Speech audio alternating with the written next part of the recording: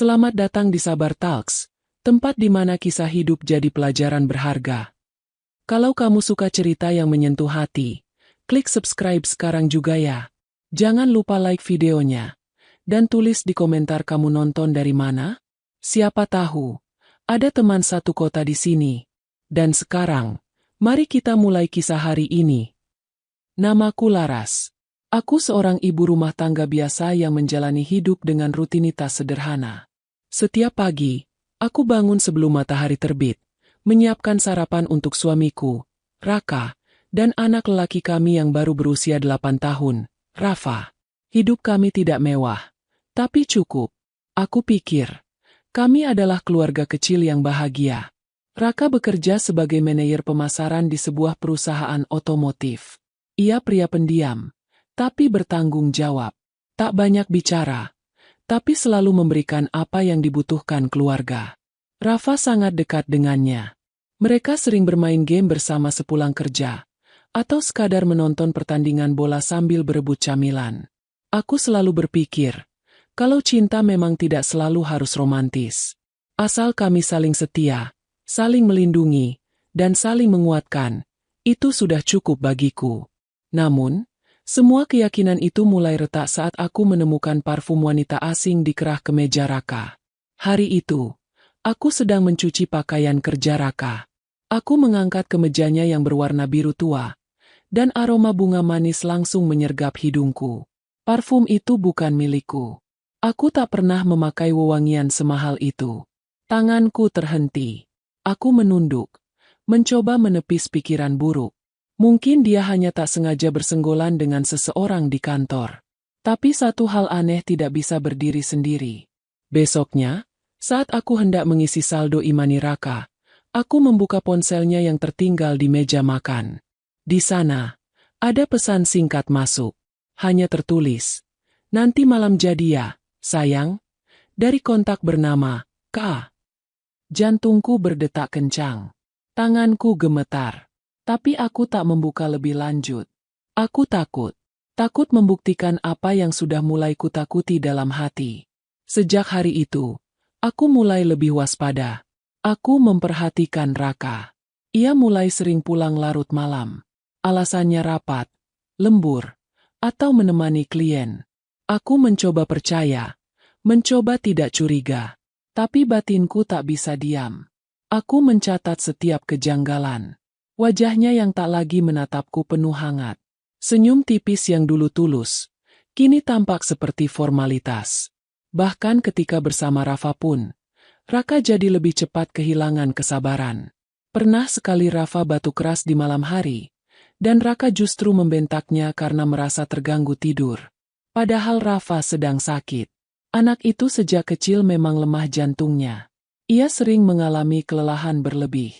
Dokter sudah menyarankan kami menyiapkan operasi jantung terbuka sebelum usianya 10 tahun.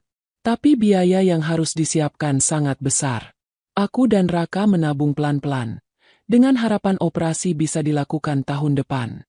Sakit rasanya ketika aku mulai sadar, di saat anak kami sedang butuh perhatian, Raka justru sibuk dengan hal lain. Aku ingat betul malam itu. Rafa demam tinggi, napasnya sesak. Dan aku membawanya ke rumah sakit dengan taksi sendirian. Aku menelepon Raka berkali-kali, tapi tak satu pun dijawab. Baru pukul 3 dini hari, ia menelepon balik dan bilang ponselnya tertinggal di mobil. "Maaf ya, aku lagi di luar kota.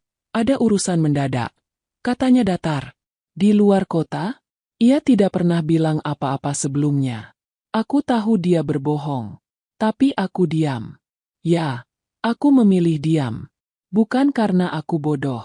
Bukan karena aku tak tahu apa yang terjadi. Tapi karena aku takut. Takut kehilangan segalanya. Rafa sedang kritis. Kami butuh uang. Kami butuh operasi. Aku butuh Raka tetap di rumah. Tetap bekerja. Tetap menafkahi. Maka sejak malam itu, aku resmi memutuskan untuk berpura-pura tidak tahu apa-apa. Aku membersihkan noda lipstik di kerah bajunya seolah itu hanya noda saus. Aku diam saat ia pergi tanpa pamit. Aku tersenyum saat ia pulang larut dengan aroma alkohol dan parfum mahal di tubuhnya. Aku masak makanan kesukaannya, Aku ajak Rafa menyambutnya di depan pintu seperti biasa. Semua kulakukan seolah tidak ada yang berubah. Padahal hatiku sudah terkoyak setiap hari. Aku menulis semuanya di buku harian kecil yang kusembunyikan di balik lemari pakaian. Di situ aku curahkan rasa marahku, sakitku, kecewaku, dan juga harapanku satu-satunya, agar Rafa segera sembuh. Agar kami bisa melewati semua ini, entah dengan Raka, atau tanpanya. Tapi ternyata, luka yang kupendam tak berhenti di situ. Satu sore, saat aku mengambil hasil lab Rafa di rumah sakit, aku melihat mobil Raka terparkir di basement rumah sakit. Aku mendekat, ingin memastikan. Dan di sanalah aku melihatnya. Seorang perempuan keluar dari mobil itu. Muda, cantik, berpenampilan elegan. Ia membuka pintu depan, dan Raka ikut keluar dari sisi pengemudi. Mereka berjalan beriringan. Tertawa. Dekat. Seolah pasangan kekasih. Kakiku lemas. Aku ingin berteriak. Tapi yang kulakukan hanyalah menunduk. Menyembunyikan air mata yang mulai jatuh satu persatu. Untuk pertama kalinya, aku melihat wajah perempuan itu. Dan itu membuat segalanya jadi lebih nyata. Tubuhku terpaku di antara bayangan tiang parkir dan mobil yang lalu lalang. Mereka tidak melihatku. Aku terlalu jauh. Atau mungkin Tuhan memang sedang berbaik hati, membiarkanku menyaksikan pengkhianatan itu dari jarak yang cukup untuk tidak membuatku jatuh tersungkur di tempat. Wanita itu, tubuhnya ramping, rambutnya panjang tergerai, mengenakan blazer pastel dan sepatu hak tinggi. Sangat berbeda dariku yang hanya mengenakan gamis polos dan sepatu datar. Cara mereka berjalan berdampingan, berbicara sambil sesekali menyentuh lengan, membuatku ingin menjerit, bukan karena cemburu, tapi karena merasa dikhianati pada saat aku justru sedang berjuang menjaga keluarganya tetap utuh. Mereka berbelok menuju lift dan menghilang. Aku berdiri diam cukup lama sebelum akhirnya berjalan tertatih menuju ruang laboratorium. Selembar amplop berisi hasil tes Rafa ku genggam erat. Aku bahkan tak sempat membacanya. Pandanganku buram. Dadaku sesak. Di dalam taksi, aku menangis tanpa suara. Sesampainya di rumah, aku melemparkan tubuh ke kasur. Aku menatap langit-langit kamar sambil menggenggam amplop itu. Tapi bukan isi amplop ini yang menyesakkan dadaku, melainkan kenyataan bahwa hari ini aku melihat sendiri pengkhianatan yang selama ini hanya kutebak-tebak dari jejak samar. Dan seperti sebelumnya, aku tetap memilih diam. 3 hari setelah kejadian itu, aku mulai menyelidiki siapa perempuan itu. Aku tidak tahu namanya, tapi aku tahu satu hal, ia adalah bagian dari dunia kerja Raka. Aku menunggu momen saat Raka pulang lebih awal. Saat ia mandi, aku masuk ke ruang kerjanya. Di dalam laptopnya, ada beberapa file presentasi dan laporan keuangan kantor. Aku menemukan satu folder bernama Meeting Surabaya. Di situ ada file absen karyawan yang ikut. Dan aku menemukannya. Nama perempuan itu adalah Sinta Maharani. Marketing spesialis. Wajahnya terpampang dalam salah satu slide profil tim. Ya, itu dia. Wajah yang kulihat di parkiran rumah sakit hari itu. Aku terus menelusuri. Di media sosialnya, akun Sinta penuh dengan unggahan tentang traveling, kuliner, dan foto-foto selfie. Dalam salah satu fotonya, aku melihat ia memegang secangkir kopi dengan tangan kiri, dan di latar belakangnya ada arloji pria yang sangat kukenal. Jam tangan Raka. Tak salah lagi. Itu tangan suamiku. Tangan yang biasa menggandengku ke pasar. Tangan yang dulu memegang erat jemari Rafa saat anak kami belajar jalan pertama kali. Sekarang, tangan itu milik wanita lain. Perih. Tapi aku masih belum mau menghadapinya. Karena di meja dapurku, ada tumpukan tagihan. Dan di meja nakas kamar, ada foto Rafa tersenyum memamerkan gigi ompongnya. Itu alasanku bertahan. Beberapa minggu setelahnya, Rafa kembali drop. Nafasnya terengah-engah saat naik tangga rumah. Dadanya seperti tertimpa beban. Aku panik dan membawanya ke rumah sakit. Dokter berkata, tekanan darahnya menurun. Jantungnya mulai melemah. Kami harus mempercepat jadwal operasinya. Aku duduk di ruang dokter sambil menahan air mata. Biaya operasi ditaksir mencapai angka yang terlalu tinggi untuk kami jangkau sekarang. Dan hanya satu harapan, asuransi kantor Raka akan menanggung hampir 70%, asal Raka tetap jadi karyawan tetap dan memenuhi syarat perjanjian kerja.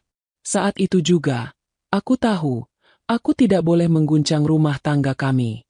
Jika aku melabrak Raka sekarang, jika aku memaksanya memilih antara aku dan perempuan itu, jika rumah tangga ini pecah, maka semua akan ikut runtuh. Termasuk kemungkinan Rafa bertahan hidup. Aku pulang dengan hati yang remuk. Tapi di depanku, ada Rafa yang tidur dengan napas tersengal. Tangan kecilnya menggenggam mainan dinosaurus kesayangan. Anak itu tak tahu bahwa ibunya sedang mengorbankan harga diri, kehormatan, bahkan cintanya demi hidupnya sendiri. Malam itu, Raka pulang pukul 11. Ia masuk ke kamar dengan bau parfum yang sama seperti sebelumnya. Tapi kali ini, ia membawakan boneka beruang kecil. Ini buat Rafa, katanya sambil meletakkan boneka di meja. Tanpa menatapku, aku mengangguk. Terima kasih. Hanya itu. Lalu kami tidur di ranjang yang sama. Punggungnya membelakangiku. Dan aku menatap langit-langit lagi, seperti malam-malam sebelumnya. Menyimpan luka, menahan amarah, dan berharap esok hari bisa lebih ringan. Seminggu kemudian, aku mengantar Rafa ke terapi ringan di rumah sakit. Setelah selesai, kami makan siang di kantin bawah. Di sana, aku melihatnya lagi. Sinta. Ia sedang berbicara dengan dokter jantung. Tangannya memegang tablet digital, mencatat sesuatu. Aku menelan ludah. Dunia ini terlalu sempit rupanya. Tapi kali ini, Rafa melihatnya juga. Itu tante yang pernah aku lihat sama ayah. Bu. Aku menoleh cepat. Kapan kamu lihat? Beberapa waktu lalu. Di mall. Aku waktu itu sama Om Damar.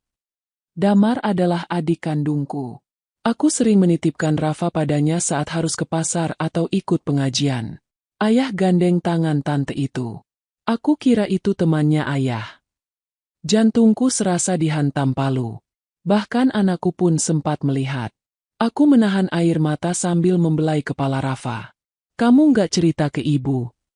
Takut dimarahin, Bu. Aku mencium keningnya. Kamu nggak salah. Ibu cuma mau tahu. Kepalaku pening. Dunia seolah berputar. Aku ingin berlari ke arah perempuan itu dan melabraknya di tempat. Tapi kemudian aku memandangi Rafa. Wajahnya pucat, tubuhnya kurus, tapi matanya tetap berbinar. Anak ini tidak tahu bahwa hidupnya saat ini ditopang oleh keputusan ibunya yang diam-diam berkorban segalanya. Aku genggam tangannya erat dan menariknya pulang. Bukan hari ini. Belum saatnya. Tapi takdir mulai bermain lebih jauh. 2 hari setelah pertemuan itu, aku menerima pesan WhatsApp dari nomor tak dikenal. Hai Mbak Laras. Maaf, aku Sinta. Aku membaca nama itu berkali-kali. Jari-jariku gemetar. Aku tahu Mbak pasti sudah tahu. Aku nggak bisa terus kayak gini. Boleh kita bicara baik-baik? Hanya berdua. Aku terdiam lama. Aku tidak membalas. Beberapa menit kemudian pesan masuk lagi. Aku bukan mau merusak rumah tangga Mbak. Tapi ada hal yang harus Mbak tahu. Tentang Raka. Tentang semuanya. Dadaku berdegup kencang. Jantungku bergetar seperti akan pecah. Ada bagian dalam diriku yang ingin tahu. Tapi ada juga bagian yang ingin menutup telinga dan pura-pura tuli selamanya. Namun malam itu, aku membalas. Besok, jam 2 siang. Kafe dekat rumah sakit. Itulah pesan terakhir yang kukirim pada Sinta malam itu. Setelah itu, aku letakkan ponsel di meja dan memejamkan mata. Tapi tentu saja aku tidak bisa tidur. Pikiranku melayang kemana-mana. Aku bertanya-tanya, apa yang ingin ia sampaikan? Apa yang belum ku ketahui? Bukankah aku sudah melihat semuanya dengan mata kepala sendiri? Namun jauh di dalam hati, aku tahu ada bagian dari diriku yang ingin mendengar langsung dari mulutnya. Bukan karena aku ingin mengerti, tapi karena aku ingin tahu seberapa dalam aku telah disakiti. Keesokan siangnya, aku datang lebih awal. Kafe itu sepi. Hanya ada 2 pengunjung lain di pojok ruangan. Aku memilih tempat duduk dekat jendela. Jantungku berdegup kencang sejak aku memarkir motor. Telapak tanganku basah. Bahkan air putih yang kuminum tak bisa menenangkan dadaku. 10 menit kemudian, Sinta datang. Ia mengenakan blus putih dan celana kain warna krem. Penampilannya rapi. Wajahnya polos tanpa makeup berlebihan. Tapi matanya tampak ragu dan sedikit gugup saat ia menatapku. "Terima kasih sudah mau bertemu," katanya pelan sambil duduk di depanku. Aku hanya menatapnya tanpa bicara. "Maaf kalau aku bikin Mbak terluka," lanjutnya. Aku masih diam. Ia menarik napas panjang, lalu mulai berbicara. "Aku dan Mas Raka sudah saling kenal sejak setahun lalu. Awalnya cuma urusan kantor, lalu makin dekat karena sering lembur bareng. Aku tahu dia sudah menikah. Dia nggak pernah bohong soal itu. Tapi dia bilang rumah tangganya sudah nggak harmonis. Dia bilang Mbak sibuk urus anak dan nggak pernah peduli lagi." Dadaku mendadak panas. Kalimat itu seperti cambuk yang menghantam wajahku. Sibuk urus anak? Rafa bukan anak siapa-siapa. Ia anak kami. Anak yang kami tunggu bertahun-tahun. Anak yang sejak lahir sudah harus bolak-balik rumah sakit. Anak yang hampir tiap malam kubantu atur napasnya saat ia sesak. Dan saat aku menghabiskan malam tanpa tidur demi Rafa, Raka justru bilang aku tak peduli padanya? Aku tetap tak bersuara. Tapi mataku menatap tajam ke arah perempuan di depanku. Sinta menunduk. Aku nggak mau jadi orang ketiga. Tapi aku juga jatuh cinta. Dia bilang dia akan cerai. Bahkan kami sudah sempat bicara soal tinggal di apartemen setelah dia pisah dari Mbak. Tenggorokanku tercekat. Napasku berat. "Lalu kenapa kamu hubungi aku sekarang?" tanyaku. Suara akhirnya keluar. Karena aku ingin tahu, apakah ia datang karena ingin minta maaf, atau karena takut rahasianya terbongkar. Sinta menggigit bibirnya. Matanya memerah. "Karena aku tahu Rafa sakit. Aku nggak tahu seberapa parah. Tapi waktu aku lihat kalian di rumah sakit, dan lihat anak itu, aku merasa jahat. Aku nggak bisa tidur. Aku nggak bisa tenang. Aku tahu Mas Raka masih serumah sama Mbak karena Rafa. Dan aku sadar, aku cuma pelarian." Ia menunduk dalam, menutupi wajahnya. "Mbak boleh benci aku. Tapi aku ingin bilang, aku mundur. Aku sudah bilang ke Mas Raka kalau aku mau resign. Aku nggak mau jadi beban tambahan." Aku terdiam. Entah kenapa, justru air mataku yang jatuh duluan. Tapi bukan karena iba. Bukan pula karena lega. Aku menangis karena aku lelah. Lelah menyimpan semuanya sendiri. Lelah menjadi orang yang terus berpura-pura kuat. Dan lelah karena bahkan saat perempuan itu mengaku salah, Raka tidak pernah memintaku duduk dan bicara dari hati ke hati. Setelah pertemuan itu selesai, aku pulang membawa beban yang lebih berat dari sebelumnya. Sinta mungkin pergi, tapi luka yang ditinggalkan tetap ada. Hari-hari berikutnya kembali sepi. Raka mulai sering pulang tepat waktu. Ia bahkan mulai sarapan di rumah. Kadang membantu Rafa belajar membaca. Tapi, ada yang berubah. Ia seperti orang asing. Mungkin karena ia tahu aku tahu. Tapi tak satu pun dari kami mengungkit soal itu. Kami hidup di bawah atap yang sama, makan di meja yang sama, tapi masing-masing menjaga jarak yang tak terlihat. Aku kembali sibuk merawat Rafa. Setiap pagi, aku menyiapkan ramuan herbal untuk menambah kekebalan tubuhnya. Setiap malam, aku menemani tidurnya sambil mengelus punggungnya yang kurus. Anak itu terlalu kuat untuk usianya. Tak pernah mengeluh, meski tubuhnya sering lelah bahkan hanya untuk berjalan dari kamar ke ruang tamu. Kadang, aku hanya duduk di ruang tamu saat malam telah larut, membaca ulang buku harian yang kutulis dengan tangan gemetar. Aku rindu diriku yang dulu. Aku rindu suamiku yang dulu. Aku rindu rumah tangga yang benar-benar rumah. Suatu malam, saat aku sedang mencuci piring, Rafa memelukku dari belakang. "Ibu, kalau aku sudah sembuh, kita bisa jalan-jalan ke laut, ya?" Aku tersenyum, menahan air mata. "Boleh, Nak. Kita akan jalan-jalan ke laut. Kamu mau lihat ombak? Iya. Aku mau naik kapal, terus lihat ikan. Terus aku mau ibu ketawa lagi kayak dulu. Aku berhenti mencuci. Tanganku bergetar. Ibu sedih terus sekarang. Katanya jujur. Tapi nggak pernah bilang kenapa. Aku berbalik dan memeluknya erat. Maafkan ibu, Rafa. Kamu terlalu kecil untuk mengerti. Tapi kamu terlalu peka untuk dibohongi. Beberapa hari kemudian, aku mendengar telepon Raka saat ia di ruang kerja. Pintu hanya tertutup setengah. Dan suaranya cukup jelas. Aku tahu, Sin. Tapi aku harus pastikan semuanya aman dulu. Laras belum tahu apa-apa. Aku nggak mau memperkeruh situasi. Aku tercekat. Belum tahu apa-apa? Jadi selama ini, ia masih bermain dua kaki? Aku melangkah mundur. Tak ingin mendengar lebih banyak. Malam itu, untuk pertama kalinya sejak semua ini dimulai, aku tak bisa lagi menahan amarah. Aku masuk ke kamar dengan langkah pelan. Raka sedang duduk membaca berita di ponsel. Aku sudah ketemu Sinta. Raka menoleh cepat. Wajahnya langsung pucat.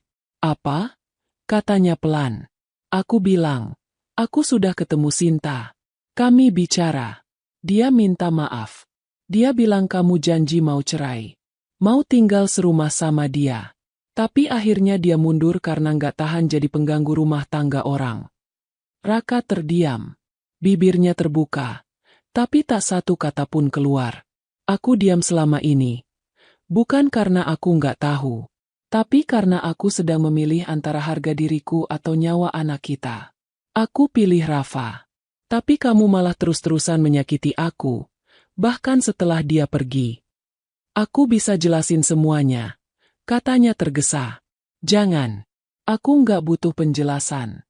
Aku cuma butuh kamu tetap bekerja. Tetap beri nafkah. Dan bantu aku selamatkan Rafa. Setelah itu, kita akan bicara tentang semuanya. Tapi bukan sekarang. Raka menunduk. Matanya merah. Tapi aku tak mau tahu. Sudah cukup. Aku terlalu lama menyimpan luka sendirian. Setelah malam itu, kami nyaris tak bicara lagi kecuali soal Rafa. Raka menjalani hari-hari seperti robot. Aku pun. Tapi di balik diamnya kami, ada dua jiwa yang sama-sama menyimpan amarah, kekecewaan, dan rasa yang tak tersampaikan. Aku mulai menghitung hari menuju jadwal operasi Rafa. 2 bulan lagi. Dan aku mulai bertanya-tanya dalam hati. Setelah semua ini berakhir, apakah aku masih punya rumah untuk kutinggali? Waktu berjalan lambat namun menyesakkan. Hari-hariku dipenuhi dengan berbagai persiapan menuju operasi Rafa. Pemeriksaan darah, pemantauan detak jantung, terapi ringan, juga konsultasi intens dengan dokter bedah anak. Di sela-selanya, aku tetap menjadi ibu rumah tangga seperti biasa, menyajikan makan malam, menyapu halaman, dan memastikan baju kerja Raka tetap disetrika rapi.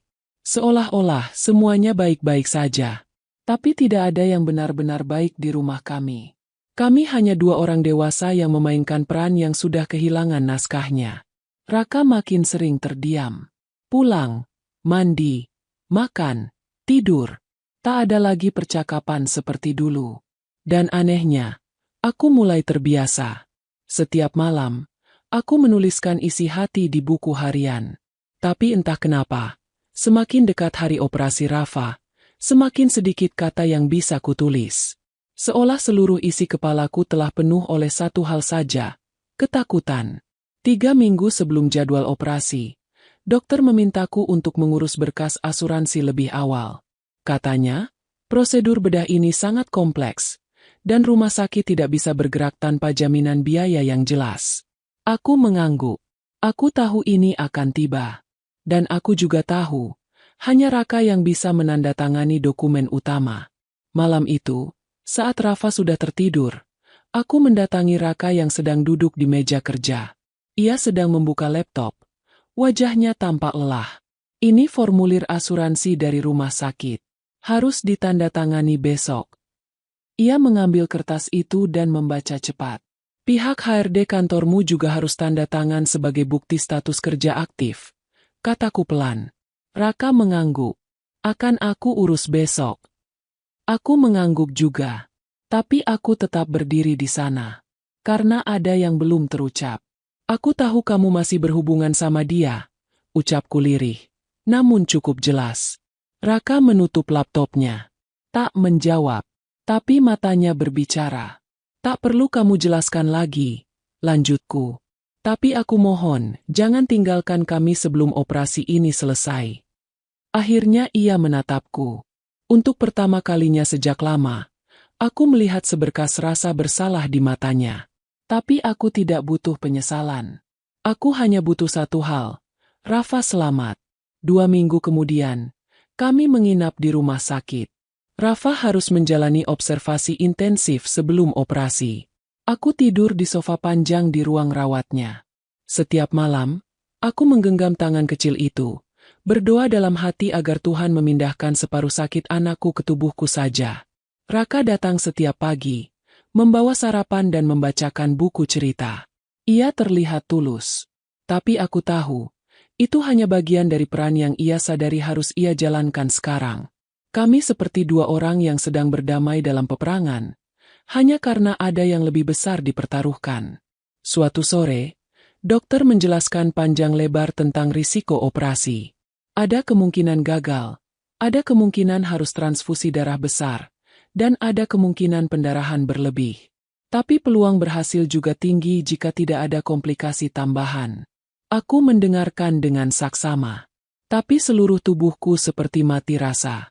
Usai konsultasi, aku duduk sendiri di lorong rumah sakit. Udara di sana dingin. Sepi. Hanya suara detik jam yang terdengar pelan. Dan di sanalah, aku untuk pertama kalinya, takut kehilangan. Takut jika semua pengorbananku sia-sia. Takut jika aku kehilangan Rafa. Dan takut jika setelah semua ini selesai, yang tersisa hanya kehampaan. Hari operasi pun tiba. Pagi itu, aku memandikan Rafa dengan tangan gemetar. Ia tersenyum ceria. Seperti tak sadar ia akan menghadapi operasi besar. "Ibu, nanti kalau aku sudah sembuh, kita nonton film dinosaurus ya," katanya sambil menepuk dadaku. Aku mengangguk. Kita nonton yang 3 dimensi. Yang kursinya bisa goyang. "Iya," serunya. Matanya berbinar. "Tuhan, jagalah anak ini. Kumohon." Kami mengantarnya ke ruang operasi dengan langkah berat. Rafa tetap tersenyum hingga ia masuk ke ruang steril. Tapi aku nyaris roboh saat pintu itu tertutup. Raka menggenggam lenganku agar aku tak jatuh. Untuk pertama kalinya, aku membiarkannya. Untuk pertama kalinya dalam waktu yang lama, aku ingin merasa tidak sendirian. Operasi berlangsung 5 jam. Kami duduk di ruang tunggu, saling diam, saling tegang. Tak satu kata pun keluar. Raka menggenggam buku doa kecil, bibirnya komat kamit. Dan aku menatap kosong ke dinding putih yang dingin itu. 1 jam, 2 jam, 3 jam, 4 jam. Hingga akhirnya, dokter keluar dari ruang operasi. "Operasi berjalan lancar," katanya. Tubuhku langsung limbung. Raka menopangku dengan refleks. Rafa sekarang dalam tahap pemulihan. Kami masih pantau ketat 24 jam ke depan. Tapi alhamdulillah, semua sesuai rencana. Aku menangis. Di depan orang-orang. Tanpa malu. Tanpa bisa dihentikan. Tangisku pecah seperti bendungan yang jebol. Tangis seorang ibu yang akhirnya bisa bernapas lagi. Rafa dipindahkan ke ruang ICU. Ia masih dalam kondisi bius. Selang di hidung, alat bantu di dada, monitor berdetak pelan. Tapi dokter berkata, semua stabil. Malam itu, aku duduk di kursi besi samping ranjang. Tak berhenti menatap wajah kecil itu. Dan untuk pertama kalinya, aku tak berpikir tentang rumah tanggaku. Aku hanya berpikir, Tuhan sudah menjawab doaku. Raka berdiri di belakangku. Lalu duduk di bangku sebelah. "Kamu hebat," katanya pelan. Aku menoleh sekilas. "Aku cuma ibu. Itu insting dasar." Ia menunduk. "Kalau bukan karena kamu, aku nggak tahu Rafa bisa selamat atau enggak." Aku tak menjawab. Beberapa detik kemudian, ia berkata, Aku minta maaf untuk semuanya. Aku masih tak menjawab. Raka menghela napas panjang. Aku udah bilang ke Sinta kalau aku nggak bisa terus begini. Aku udah putus kontak. Aku minta maaf karena terlalu pengecut untuk jujur ke kamu dari awal. Tapi kamu terlalu kuat. Sampai aku malu sendiri. Aku menatap layar monitor di samping ranjang Rafa. Detaknya stabil. Ritmenya damai. Seolah berkata padaku, "Ibu, aku selamat." Sekarang giliran ibu menyelamatkan diri ibu sendiri. Aku mengangguk pelan. Kita selesaikan ini nanti. Sekarang fokus ke Rafa dulu. Raka terdiam. Tapi aku tahu, ia mengerti. Untuk pertama kalinya, sejak badai ini dimulai aku merasa, akhirnya angin mulai reda. Tapi aku tahu, badai yang lebih besar akan datang. Dan kali ini, aku akan berdiri sendiri untuk menantangnya. 3 hari setelah operasi, Rafa mulai sadar. Matanya terbuka perlahan, menatapku dengan pandangan kosong yang samar. Tapi seiring waktu, ia mulai mengenali suara-suara di sekitarnya. Ia memanggilku dengan lirih. Suara yang membuat jantungku hampir berhenti karena bahagia. "Ibu." Aku langsung mendekap tangannya, menahan tangis. "Ibu di sini, Nak. Ibu nggak kemana-mana." Rafa mengerjap. "Aku masih hidup." Aku tertawa kecil sambil mencium pipinya. "Iya, kamu luar biasa." Ia tersenyum lemah. "Ibu, kita masih bisa ke laut, kan?" Air mataku langsung tumpah. Anak ini, bahkan setelah menghadapi ruang bedah, masih memikirkan harapan kecilnya yang sederhana, melihat ombak. "Pasti, Rafa. Ibu janji." Raka berdiri di sampingku. Ia ikut tersenyum, menunduk dan mengecup kening Rafa. Tapi aku tahu, senyuman itu membawa rasa bersalah yang sudah tak bisa ditebus dengan kata-kata. 2 minggu kemudian, Rafa diperbolehkan pulang. Tubuhnya masih lemah, tapi kondisinya berangsur membaik. Dokter bilang, masa pemulihan akan memakan waktu berbulan-bulan, tapi peluang hidupnya kini jauh lebih besar. Aku bersyukur. Dan aku tahu tugasku sebagai ibu belum selesai. Tapi tugasku sebagai istri sudah selesai sejak lama. Malam itu, setelah Rafa tidur dengan damai di kamarnya, aku duduk di meja makan. Di depanku ada 2 cangkir teh yang sudah mulai dingin. Raka duduk di seberang. Kami sudah tak bicara selama 2 hari terakhir. Tapi malam ini, aku yang memulai. Aku sudah pikirkan semuanya. Ia menatapku tajam, tapi tak menyela. "Sejak awal aku tahu kamu selingkuh. Aku diam. Aku berpura-pura. Bukan karena aku lemah, tapi karena aku sedang melindungi sesuatu yang lebih penting dari egoku." Ia menunduk. Matanya mulai memerah. "Aku tahu kamu mungkin sekarang menyesal. Mungkin kamu ingin memperbaiki semuanya. Tapi aku sudah terlalu lelah." Aku mengambil secarik amplop dari tas kecilku. Di dalamnya, ada surat gugatan cerai yang sudah lama kusimpan. Aku sudah menyiapkan ini sejak Rafa masih di rumah sakit. Tapi aku tunggu sampai dia pulih. Aku tak mau mengguncang dunianya saat ia masih diambang hidup dan mati. Raka membuka amplop itu. Tangannya gemetar. "Laras, tolong jangan begini. Aku memang salah. Tapi aku ingin berubah. Aku ingin menebus semuanya." "Aku percaya kamu ingin berubah," jawabku tenang. "Tapi bukan untuk aku." Ia berdiri, mencoba menghampiriku. "Kita bisa mulai lagi. Demi Rafa." Aku menatapnya, kali ini dalam-dalam. Justru karena Rafa, aku tidak bisa terus begini. Aku tidak ingin Rafa tumbuh besar melihat ibunya pura-pura bahagia setiap hari. Aku tidak ingin dia belajar bahwa mencintai berarti bertahan dalam luka yang tak sembuh-sembuh. Raka terdiam. Ia menangis. Tapi air matanya tidak bisa menghapus pengkhianatan yang sudah lama membusuk di belakangku. "Besok aku dan Rafa pindah ke rumah ibu dulu. Aku nggak akan larang kamu bertemu Rafa. Tapi mulai besok, kamu bukan lagi suamiku." Ia menjatuhkan tubuhnya ke kursi, menangis dalam diam. Aku hanya menunduk, menyelesaikan semua dengan tenang. Karena aku sudah kehabisan energi untuk marah. Pagi harinya, aku membereskan pakaian Rafa. Ia bingung saat melihat koper di dekat pintu. Kita mau kemana, Bu? Kita nginap di rumah nenek dulu. Ya, udaranya lebih segar di sana. Kamu butuh istirahat. Rafa mengangguk, tapi anak itu tidak bodoh. Ia tahu, sesuatu sedang berubah. Raka menghampiri kami di depan pintu. Ia membungkuk, memeluk Rafa erat. Kamu jaga ibu. Ya, nak. Rafa mengangguk kecil.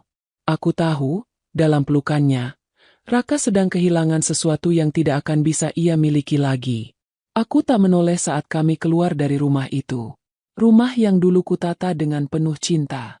Yang kini terasa asing, dingin, dan kosong, meski penuh perabotan. Aku menatap langit yang mulai mendung. Tapi anehnya, aku merasa ringan. Bukan karena aku sudah tidak sedih.